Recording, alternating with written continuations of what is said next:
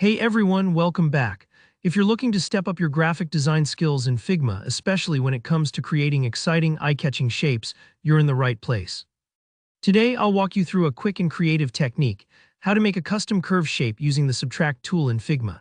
By the end of this tutorial, you'll know exactly how to combine and subtract simple shapes to get a smooth, professional-looking curve you can use in all kinds of design projects, from web banners to logos. Alright, let's dive right in. First things first, let's start by drawing a simple circle. Now, this part is straightforward but super important. Just select the ellipse tool from the toolbar on the left, and then click and drag on your canvas to create a perfect circle. If you want it completely round, hold down the Shift key as you drag. This is handy because you want both of your circles to be identical. That's what will help create a smooth, clean curve later on. So take a moment to get your circle just the way you want it. Don't rush this step. Next up, we need a duplicate of that circle. Here's a simple trick. With the Move tool selected, just hold down the Alt key or Option if you're on Mac, click on your circle and drag it sideways until you see a copy appear. Release the mouse and now you've got two identical circles perfectly aligned. Don't worry if they're not totally lined up yet. You can always use those smart guides to snap them into position, which makes everything much neater. Think of this step like stacking two coins next to each other.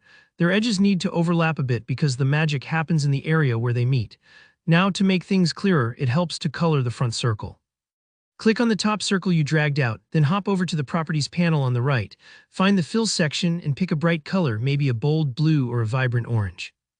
This small step makes it so much easier to see which circle is in front and where the overlapping areas are. If you're just starting out, little visual cues like color can make a world of difference as you learn. Alright, here comes the fun part, creating the curve with Subtract. Hold down Shift and select both circles, click one then the other. Once both are selected, look to the top right corner of the Figma interface. You'll see a group of shape tools and right there is the Subtract option. It might look like two overlapping shapes with a minus sign. Go ahead and give that a click. What happens is Figma instantly subtracts the top shape from the bottom one, leaving you with a beautiful clean curve that's formed by the edge of your circles. This is such a powerful technique because you can use it to cut out any overlapping parts of shapes. Not just circles, by the way, but rectangles, triangles, anything you like. It's really the secret sauce for making stylish cutouts and dynamic shapes. If your curve doesn't look exactly like you expected, don't worry. You can always hit undo, adjust your circles, maybe move them closer together or further apart until you get just the right slice. Sometimes it takes a couple of tries, especially if you're new to Figma's shape tools, but with each tweak, you'll see how the results change. That's the best way to learn. And there you go, you've just created a curve shape in Figma using the Subtract method.